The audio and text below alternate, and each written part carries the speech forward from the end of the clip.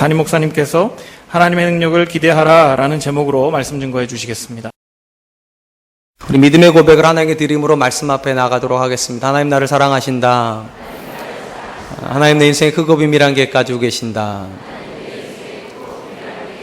하나님 오늘도 나와 동행하셔서 그 계획 이루어 주신다. 아멘. 그렇게 될 줄로 믿습니다.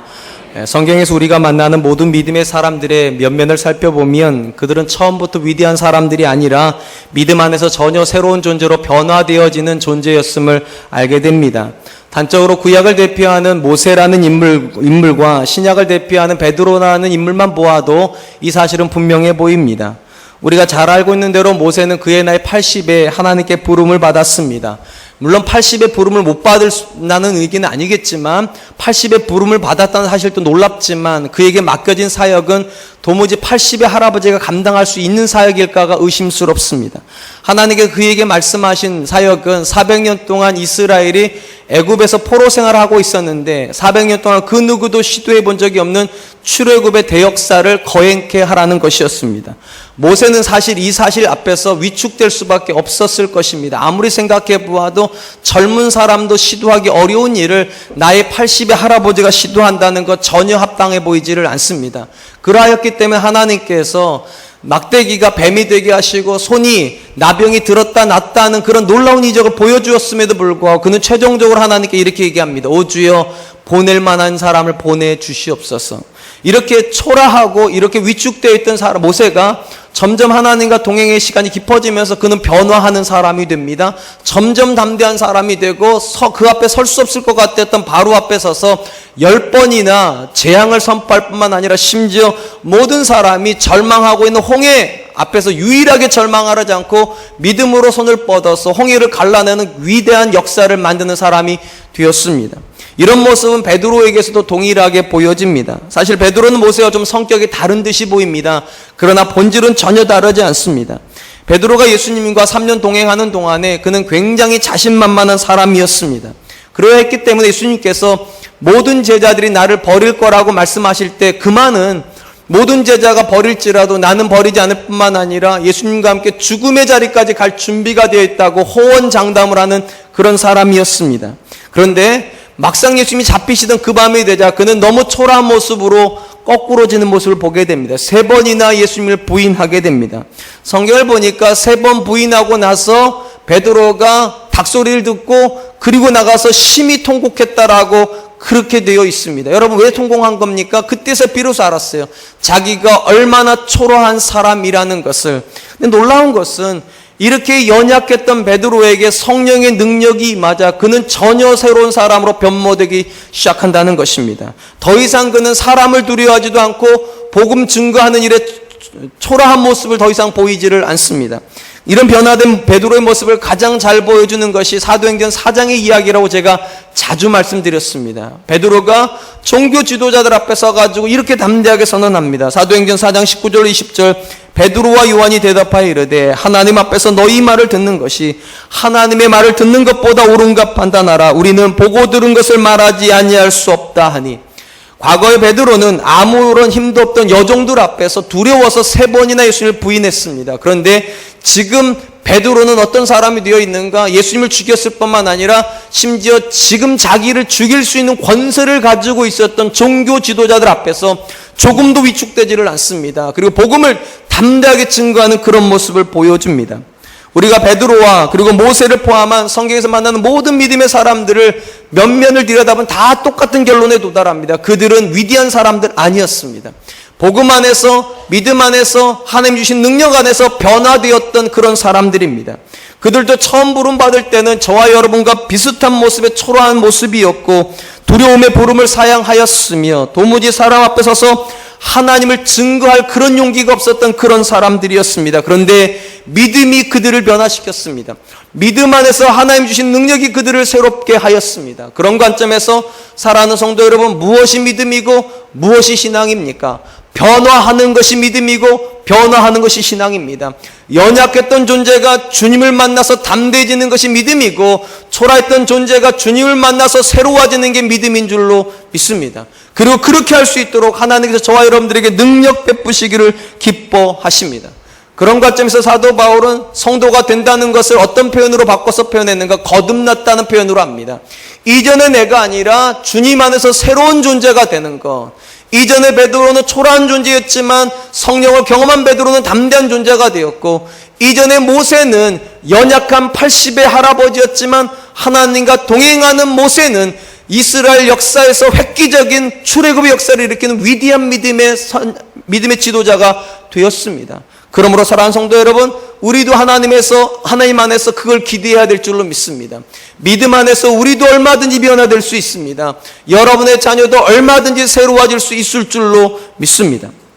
오늘 우리가 살펴보게 될 본문의 말씀은 어떻게 우리가 믿음 안에서 이전과 전혀 새로운 삶을 살 수 있는가에 대한 그 근거를 제시해주는 말씀이라 생각이 됩니다.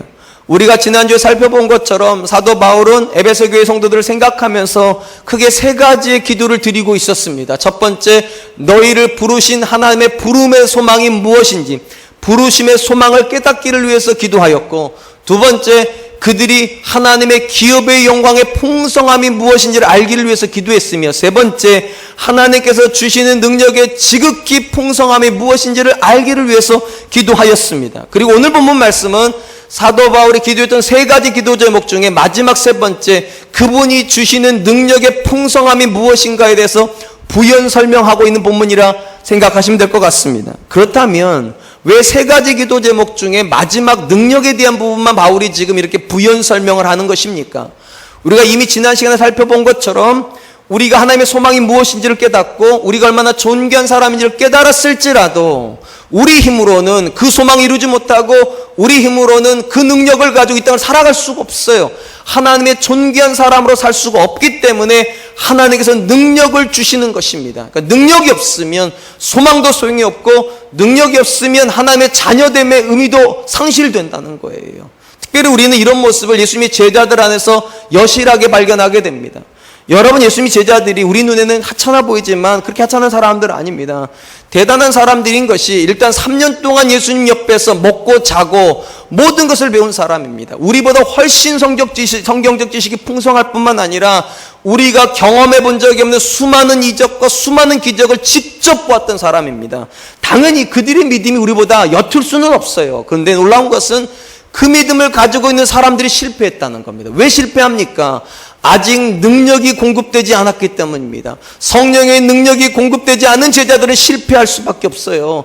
그들이 자기 신분이 누군지도 알고 예수님께서 그들에게 주신 사명이 무언지를 알아도 능력이 없으니까 실패할 수밖에 없어요. 사랑하는 성도 여러분, 우리 중에 예수님의 제자들보다 더 나은 분이 낫다고 스스로 자부할 수 있는 분 계십니까? 여러분, 예수님의 제자들보다 더 많은 이적을 경험하셨습니까? 여러분, 예수님의 제자들보다 더 성경에 해박하십니까? 그렇지 못하다면 분명합니다.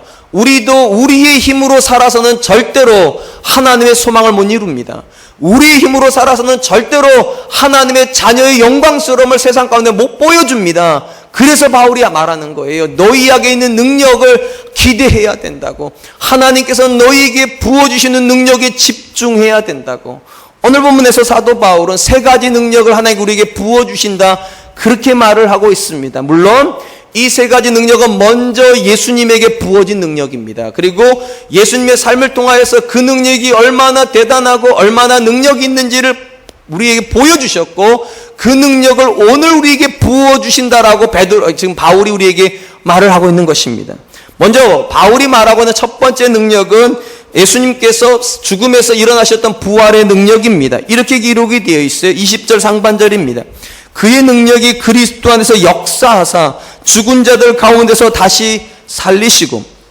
바울은 하나님께서 성도에게 부어주시는 그 능력을 예수님에게 부어주심으로 예수님이 죽음에서 부활하셨다, 그렇게 말을 합니다. 여기서 주목해야 될 것은 이것입니다.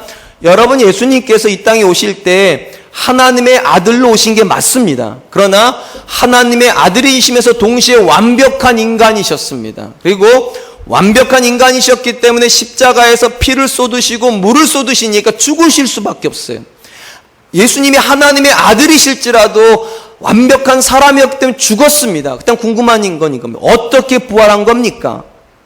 하나님의 아들이니까 자연스럽게 부활이 되는 겁니까? 오늘 본문에서 바울은 그렇게 말하지 않습니다. 하나님의 능력이 예수님을 일으켜 세운 겁니다.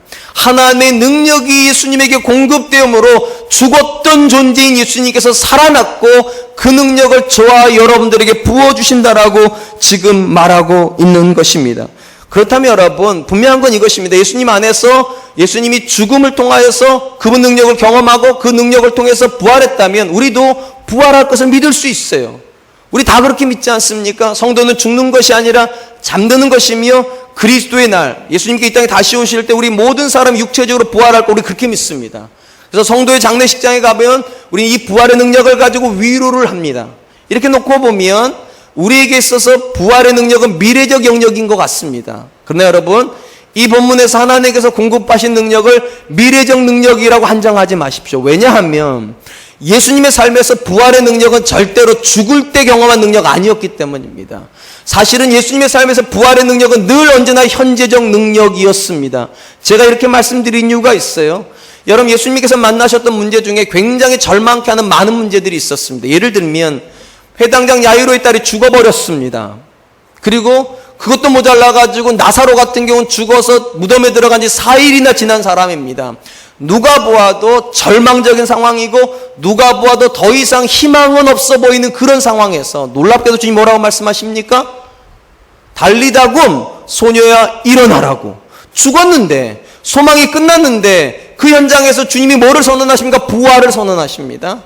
더 놀라운 거, 죽은 지 4일이나 돼가지고 무덤에 들어가서 썩은 냄새가 나는 나사로 앞에서 주님 뭐라고 말씀하십니까? 나사로야 나오라고. 무슨 말입니까? 여러분, 예수님에게 있어서 부활의 능력은 예수님이 십자가에 있을 때 비로소 경험한 능력이 아니에요. 늘 경험하고 있었고 늘 부어지는 능력이었습니다. 그래서 저는 이 능력을 소망의 능력이라고 부르고 싶습니다. 모든 사람이 끝났다, 더 이상 소망이 없다, 더 이상 해볼 게 아무것도 없다라고 말할 때 놀랍게도 예수님은 한 번도 절망하신 적이 없어요. 달리다굼 소녀야 일어나라, 나사로야 나오너라. 사랑하는 성도 여러분, 예수님 안에서 부활의 능력이 역사하기 때문에 뭐가 항상 끊어지지 않았습니까? 소망이 끊어지지 않았어요. 하나님께서 저와 여러분들에게 부어주시기를 기뻐하신 능력이 저는 이 능력이라고 믿습니다. 맞습니다. 우리가 살다 보면 어떤 문제 앞에 가면 절망스러워요. 어떤 상황에 가보면 내가 아무것도 못할 것 같아요. 그럼에도 불구하고 하나님께서 우리에게 주신 능력은 무엇인가? 심지어 죽음의 상황에서도 죽음을 이기는 능력이에요. 하물며 죽음을 이길 수 있는 능력인데 어떤 문제 앞에서 좌절하겠습니까? 어떤 문제라고 우리를 꺾을 수 있겠습니까? 심지어 예수님에게 이 부활의 능력은요, 단순히 죽음의 현장에서만 사용되지 않았습니다. 여러분, 오병이어의 현장을 한번 생각해 보세요. 예수님께서 광야에 계십니다. 5,000명이 넘는 사람들, 남자만 장년만 5,000명이니까 어린아이 여자까지 다 합치면 한 2만 명 가까이 헤아리는 사람들과 함께 계셨을 겁니다. 그런데 문제가 생겼죠. 음식이 다 떨어져 버렸습니다. 예수님께 제자들이 뭐라고 말씀하십니까? 너희가 먹을 것을 주라고. 그냥 보냈다간 가다가는 기진하게 생겼으니까 너희가 먹을 것을 주라고 문제를 던졌어요. 근데 문제는 이것입니다. 이 문제를 풀 능력이 예수님에게도 없고 제자들이 없어 보인다는 겁니다. 심지어 제자 중에 한 사람이 뭐라고 말합니까? 이들을 다 먹이려면 200데나리온의 떡으로도 모자라겠나이다. 쉽게 말하면 무슨 말입니까? 우리가 200데나리온 돈이 어디 있습니까? 이 말이에요. 더 문제는 이거예요. 200데나리온의 돈이 있다고 치더라도 그들은 광야에 있습니다. 떡을 살 수가 없어요. 돈도 없거니와 광야이기 때문에 절망적인 상황이에요. 어떻게 해볼 수가 없어요. 눈치가 빠른 안드레가 열심히 돌아다닙니다. 그러다가 하나를 발견했어요. 그게 우리가 잘 아는 오병이어입니다. 보리떡 5개, 물고기 2마리를 가지고 와서 인심을 드리면서 체념하듯 이렇게 얘기합니다. 요한복음 6장 9절, 여기 한 아이가 있어 보리떡 5개와 물고기 2마리를 가지고 있나이다. 그러나 그것이 이 많은 사람에게 얼마나 되겠사옵나이까? 학자들은 이 보리떡 5개와 물고기 2마리가 한 사람의 도시락의 양이라고 그렇게 해석을 합니다. 그러니까 한 사람이 먹기에 족한 양인데 그걸 가지고 가서 뭐라고 말하는가? 이걸 가지고 5,000명 입에 어떻게 얼마나 되겠습니까? 예수님 절망적입니다. 빨리 보내는 게 상책입니다. 근데 놀라운 것은요, 제자들이 다 절망하고 있고 그 자리에 있었던 2만 명 가까운 사람들이 다 절망하고 있을 그 순간에 예수님 절망하지 않으십니다. 예수님 포기하지 않으십니다. 오히려 그 오병이어를 가지고 하나님 앞에 감사 기도를 드려요. 소망이 있다는 거죠.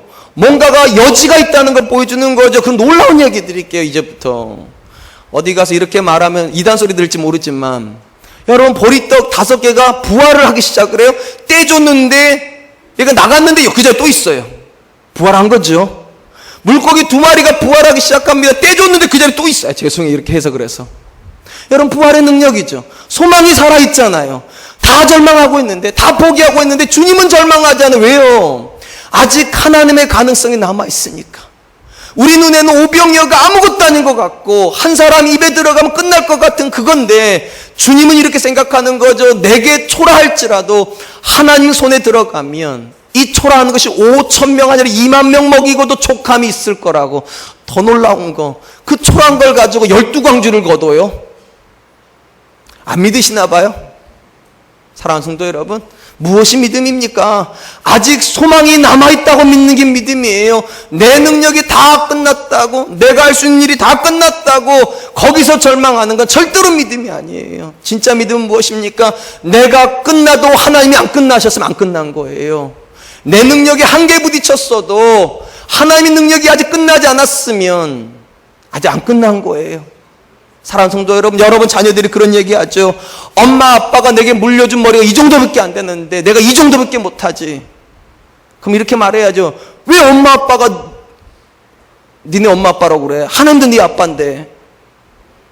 아니에요?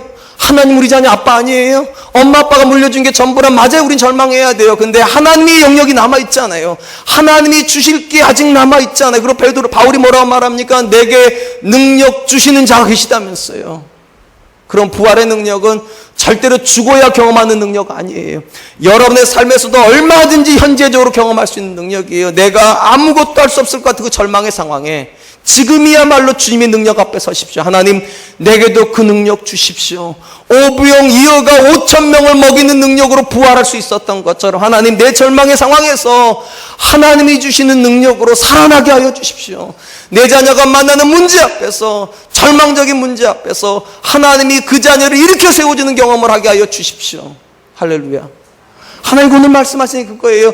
그 능력이 예수님에게 역사하여서 죽었던 예수님이 살아났고, 그 능력을 오늘 저와 여러분들에게 부어주시길 기뻐한다면 왜 절망해야 됩니까? 왜 낙심해야 됩니까? 왜 포기해야 됩니까? 사랑하는 성도 여러분, 성도에게는 포기는 없을 줄로 믿습니다. 잠시 아플 수는 있어요. 잠시 마음이 쓰릴 수는 있어요. 그러나 절망하지 마세요. 그것이 자녀의 문제이든, 그것이 부부간의 문제이든, 그것이 경제적인 문제이든 이렇게 말씀하셔야 돼요. 내가 못해도 하나님은 하실 수 있지. 내게 능력 주시는 자 안에서 내가 감당할 수 있지. 이것이 오늘 본문에서 하나님께서 우리에게 부어주신 능력입니다. 성경 안에 보면 인생으로서 겪었던 굉장히 많은 문제를 가장 많이 겪었던 사람 한 사람만 꼽으라면 저는 개인적으로 욥하고, 그리고 욥보다 더 많은 문제를 겪었던 사람은 저는 다윗이라고 생각을 합니다. 왜 다윗이라고 말할 수 있는가 하면, 여러분 시편이 150편이 있는데 77편을 다윗이 혼자 기록했다라고 일반적으로 알려져요. 물론 많게 잡으면 100편까지 잡는 사람도 있어요. 근데 어쨌든 간에 여러분, 시편은 어떤 기록이냐? 경험의 기록입니다. 쉽게 말하면 문제를 통하여서 하나님을 만났을 때 내가 만난 하나님이 이런 하나님이라고 찬양을 드린 기록이 시편이에요. 그럼 여러분, 77편 정도의 시편을 썼다는 것은 다윗의 삶에서 최소한 그가 만났던 문제가 굉장히 많았다는 것을 어림잡아 짐작할 수 있죠. 그리고 그의 시편을 읽어보면 절망스러운 시편이 굉장히 많습니다. 마음이 무너지고 소망이 끊어진 것 같은 그런 상황에서 다윗이 쓴 시편들이 굉장히 많아요. 특이한 것은 이 절망적인 상황에서 쓰여진 시편들은 다 일정한 패턴을 가지고 있다는 것입니다. 먼저는 이렇게 출발해요. 하나님 살려주세요로부터 시작돼요. 하나님 은혜를 베풀어 주십시오. 하나님 나를 외면하지 마십시오. 하나님 언제까지 침묵하시겠습니까? 이런 식으로 구원에 대한 강구가 나와요. 그럼 두 번째 나오는 것이 무엇인가? 그가 그렇게 말할 수 없는 상황에 대한 설명이 나와요. 하나님, 내가 지금 이러한 일들을 당하고 있습니다. 세 번째가 뭔가? 자연스럽게 분위기를 반전시키며 하나님, 그럼에도 불구하고 내가 하나님을 이렇게 믿습니다. 그리고 마지막이 무언가? 하나님이 이루실 구원을 찬양함으로 마무리돼요. 그러니까 패턴이에요, 이게요. 구원에 대한 강구, 상황에 대한 설명, 그 상황에서 내가 가지고 있는 믿음, 그리고 그 믿음에 근거한 찬양, 이렇게 갑니다. 이런 패턴을 가장 잘 보여주는 시편이 시편 56편입니다. 시편 56편은 이렇게 시작을 해. 1절, 시편 56편 1절입니다. 하나님이여 내게 은혜를 베푸소서. 사람이 나를 삼키려고 종일 치며 압제하나이다. 다시 뭐라고 말하는가? 하나님의 은혜가 없으면 내가 지금 못 살겠다는 거예요. 하나님이 안 건져주시면 나를 치는 저 사람들 앞에서 내가 옴짝달싹하지 못하겠다고 살려달라고. 그리고 그가 만나고 있는 상황을 2절로 3절에서 이렇게 부연 설명합니다. 시편 56편 2절로 3절입니다. 내 원수가 종일 나를 삼키려 하며 나를 교만하게 치는 자들이 많사오니 내가 두려워하는 날에는 내가 주를 의지하리이다. 원수가 너무 많대요. 자기를 치려고 하고 자기를 잡으려고 하는 사람이 너무 많대요. 여러분이 시편 56편 읽어보면 맨 앞에 표제어가 뭐라고 되어 있는가? 다윗이 블레셋에서 잡혔을 때 이런 식으로 쓰여져 있어요. 여러분 잘 아시는 대로 다윗은 본래 사울에게 쫓겨다니는 사람이었습니다. 근데 오랜 시간 쫓겨다니다 보니까 피해 다니고 도망 다니기 너무 힘들죠. 그래서 망명을 결심합니다. 그게 블레셋 땅이에요. 블레셋 땅에 망명을 했는데 이제 망명 절차가 다 마무리되려고 할 때 그 자리에 있었던 블레셋의 신하들이 다윗을 알아봅니다. 그가 다윗이라는 것을. 여러분 다윗을 알아보는 순간 큰 문제가 벌어져요. 왜냐하면 다윗이 어떤 사람입니까? 블레셋의 영웅으로 인정을 받았던 골리앗을 죽인 사람이에요. 민족의 영웅을 죽인 대역죄인을 망명을 받아줄 나라는 없어요. 그러니까 상식적으로 생각을 해보면 많은 사람이 다윗을 죽이려고 하는 상황이 맞고 군대에 의해서 포위된 상황이 맞아요. 누가 보아도 절망할 상황이고 소망은 없어 보여요. 이쯤 되면 우리 이래야죠. 고개를 탁 떨구고 끝났구나. 그리고 베토벤 운명이 나와야죠. 따다당 뭐 이러고 나와야죠. 끝난 거죠. 누가 봐도 끝난 상황인데 놀라운 것은 그 끝난 상황에서도 다윗은 포기하지 않는다는 겁니다. 소망을 여전히 붙잡고 있어요. 그리고 그가 뭐라고 믿음을 고백을 하는가? 이렇게 고백합니다. 시편 56편 11절 내가 하나님을 의지하였은즉 두려워하지 아니하리니 사람이 내게 어찌하리까? 참 근사해요. 누가 봐도 죽은 목숨이고 더 이상 가능성은 하나도 없는데도 뭐라고 말하는가? 내가 하나님을 의지하였사온즉 사람이 내게 어찌하오리까? 사랑하는 성도 여러분, 왜 다윗이 이렇게 말을 하는 겁니까? 다윗이 고백하는 하나님은 살아계신 하나님이고 그 하나님은 전지전능하시며 그 전지전능 하나님 앞에 사람은 아무것도 아니라는 거예요. 아무리 많은 군대가 나를 에워싸고 있을지라도 내가 의지하는 하나님이 나를 붙잡고 있기 때문에 사람은 내게 어찌할 수 없다고. 이게 부활이죠. 이게 소망이죠.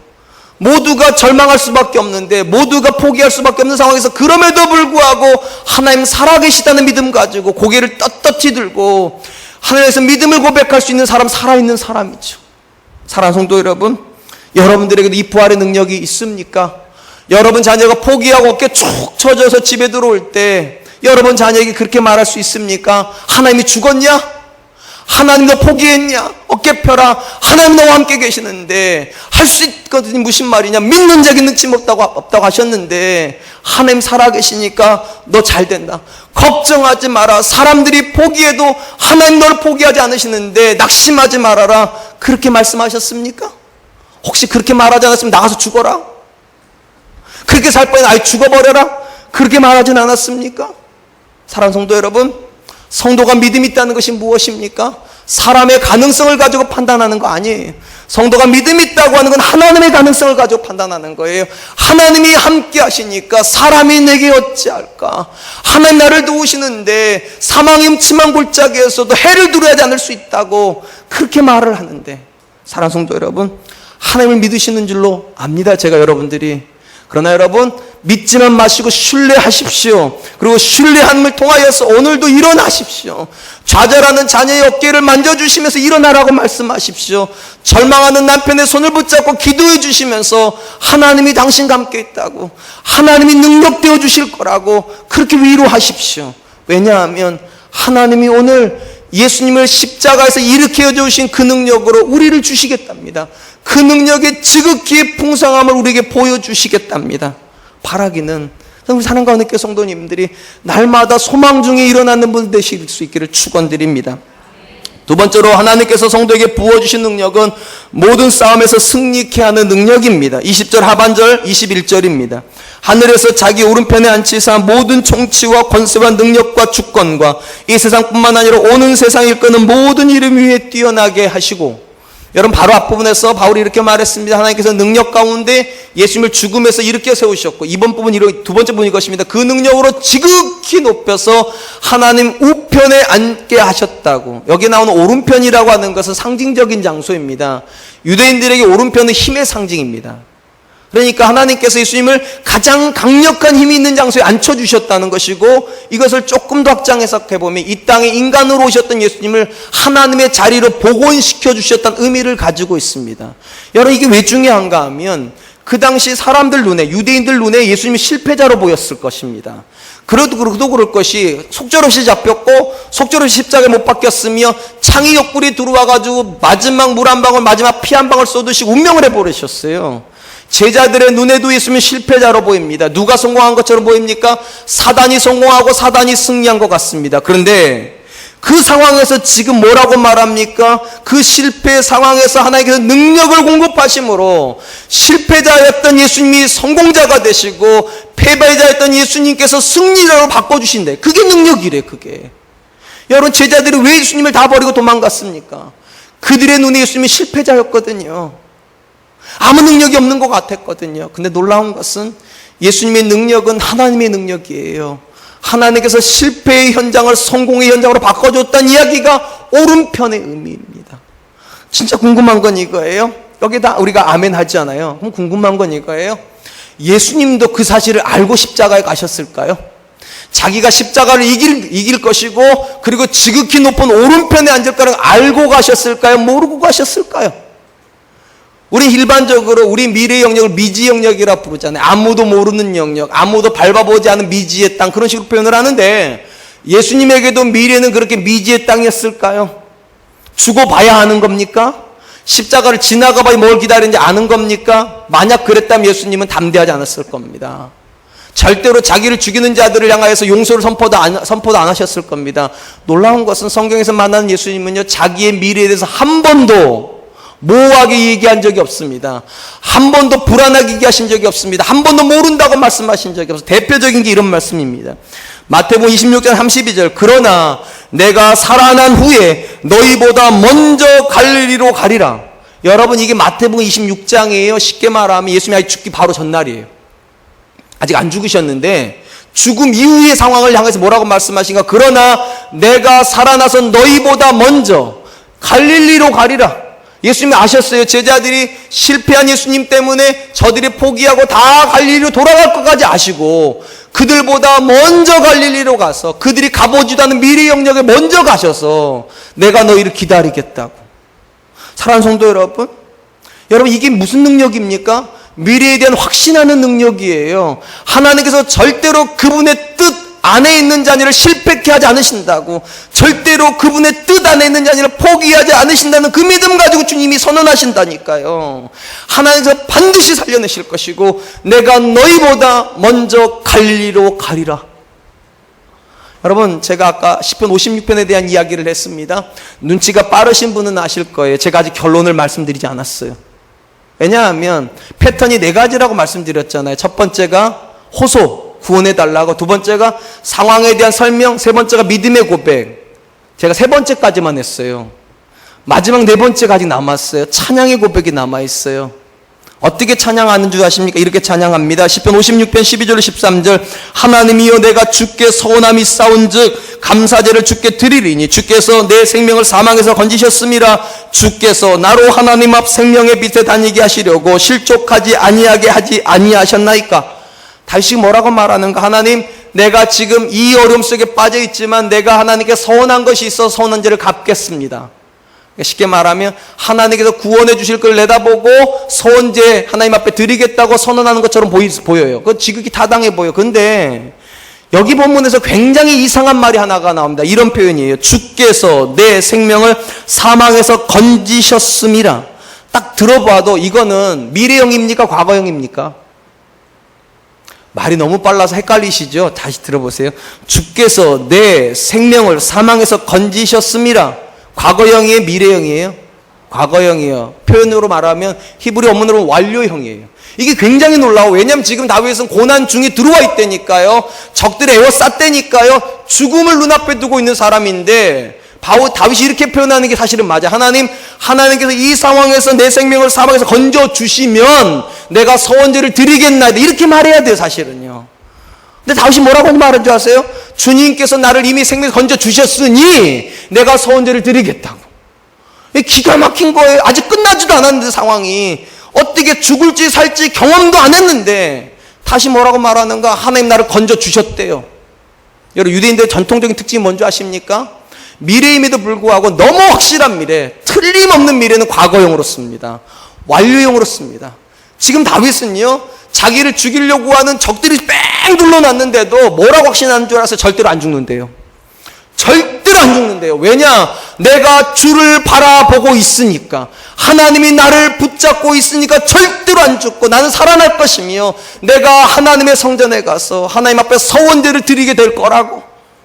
사랑하는 성도 여러분, 예수님의 삶에서도 보여지는 특징, 또 믿음의 사람 다윗의 삶에서 보여지는 특징이 뭔지 아십니까? 그들에게 미래는 불안하지 않다는 것입니다. 그들은 자기 미래를 향해서 모호하게 말하지 않아요. 하나님 나를 버리시면 어쩌냐, 그런 말 안 해요. 확신을 가지고 얘기해요. 주께서 반드시 나를 사망에서 건져내실 거라고. 맞아요. 우리가 살다 보면 우리가 실패하는 듯이 보이는 상황이 있어요. 내 자녀가 재수하고 삼수하는 상황은 절대로 성공한 상황처럼 안 보일 수 있어요. 그런데 사랑하는 성도 여러분, 믿으세요. 로마서 8장 28절이 뭐라고 말합니까? 우리가 알거니와 하나님을 사랑하는 자는 맨 마지막 결론이 뭡니까? 모든 일이 합력하여 선을 이루느니라. 하나님께는 절대 실패함이 없다는 것입니다.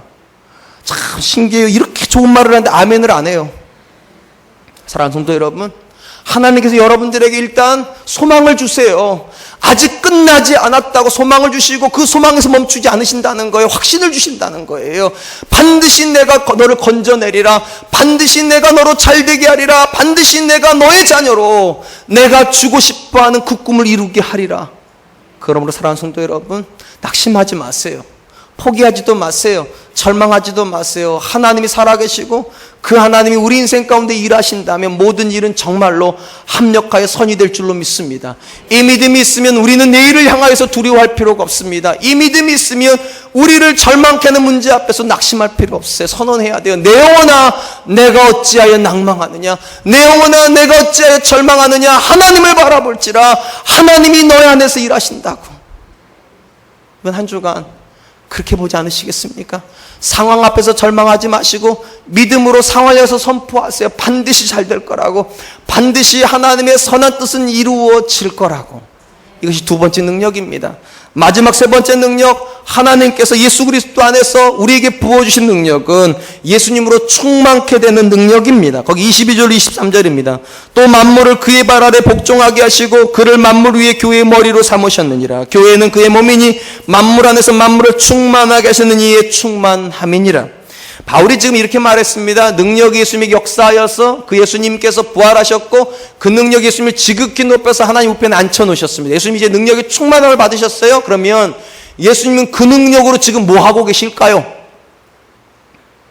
뭐 하고 계실 것 같습니까? 우리를 위해서 기도하시겠죠.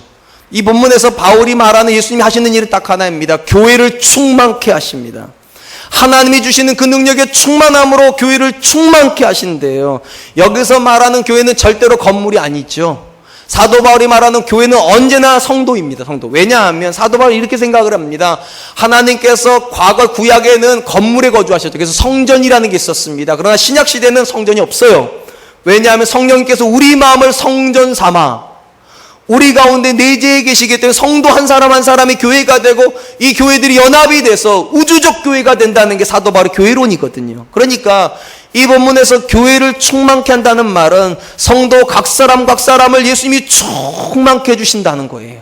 그럼 여러분, 이게 예수님으로 우리가 충만케 된다는 그 의미가 무엇이고 도대체 그것이 왜 능력이 됩니까?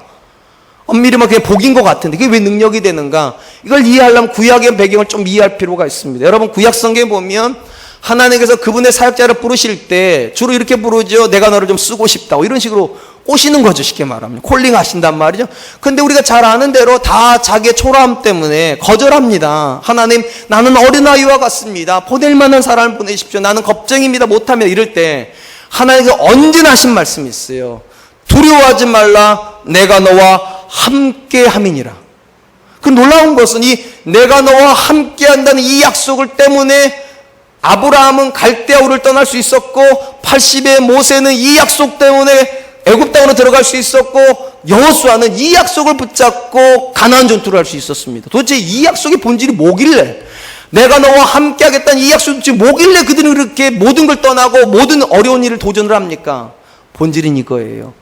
하나님이 함께 하겠다는 말은 내가 내 안에서 일하시겠다는 거예요. 하나님이 일하시겠다는 거예요. 그래서 함께 하겠다는 약속은 능력인 거예요.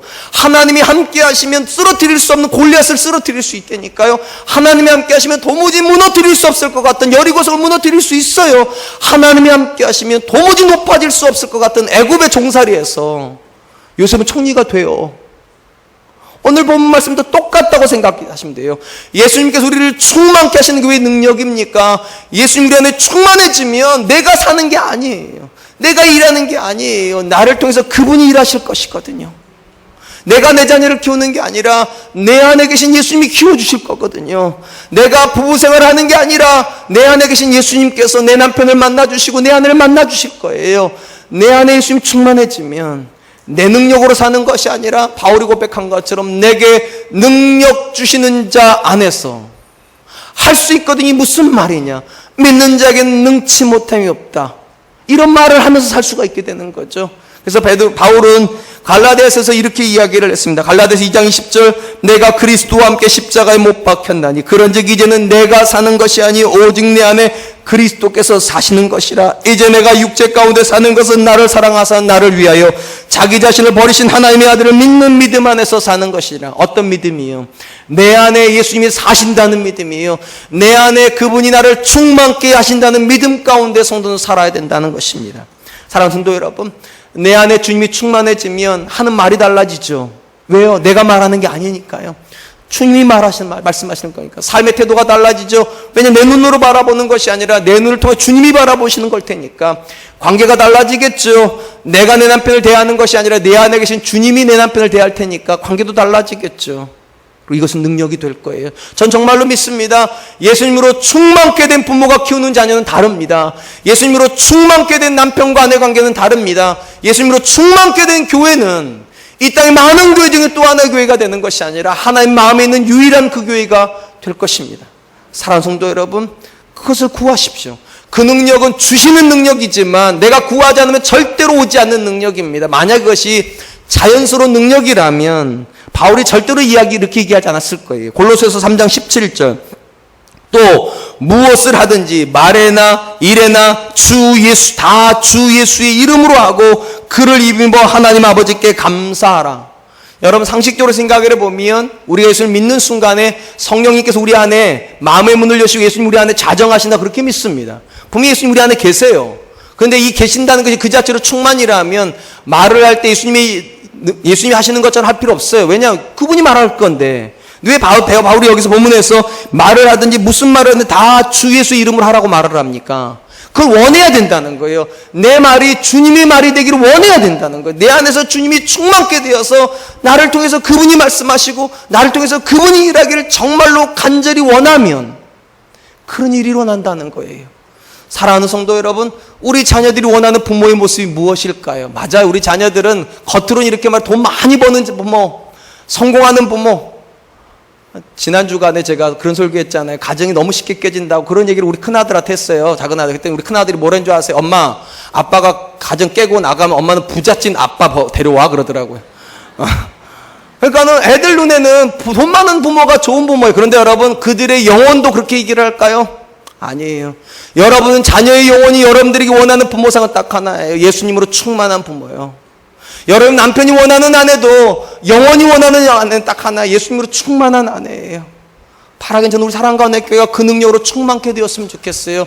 내가 키우는 자녀가 아니라 내 안에 계신 주님이 키워주는 자녀, 내가 가꾸는 가정이 아니라 내 안에 계신 주님이 가꾸어주시는 가정, 내가 성장시키는 교회가 아니라 내 안에 계신 주님이 가꾸어주시고 성장시키는 그런 교회, 그것이 진짜 능력이 될 줄로 믿습니다. 이제 말씀을 맺으려고 합니다. 바울은 하나님께서 한 사람 한 사람을 그분의 자녀로 부르실 때 자녀됨의 이름만 주시는 것이 아니라 자녀됨의 권세를 주신답니다. 어떤 권세요? 세 가지 능력을 부어주신대요. 예수님과 같이 어떤 상황에서도 절망하지 않고 부활의 능력으로 일어나는 것이요. 사랑하는 성도 여러분, 그러므로 절망하지 마세요. 소망을 꿈꾸세요. 두 번째, 소망 중에서 다시 하나의 능력을 부어주십니다. 어떤 능력이요? 확신의 능력이에요. 반드시 이긴다. 반드시 합력하여 선을 이룬다. 세 번째, 내 힘으로 아무리 감당할 수 없는 문제 앞에 섰을지라도 내 안에 주님이 충만케 되는 능력이요. 나는 못해도 내 안에 계신 주님은 하시잖아요. 나는 변화시키지 못해도 내 안에 계신 주님은 내 자녀 변화시킬 수 있잖아요. 그 능력 부어주신답니다. 어떤 기도 하시겠습니까? 이번 한 주간 이 세 가지를 붙잡고 기도했으면 좋겠어요. 하나님, 내게도 소망으로 일어나는 부활의 능력을 부어주십시오. 내게도 확신 가운데 날마다 하루하루를 살아가는 그런 능력을 주십시오. 내게도 내 힘으로 사는 것이 아니라 나를 충만케 하신 예수님의 힘으로 살아가는 그런 능력 주십시오. 기도하는 이번 한 주간 되시기를 주님의 이름으로 축원드리겠습니다.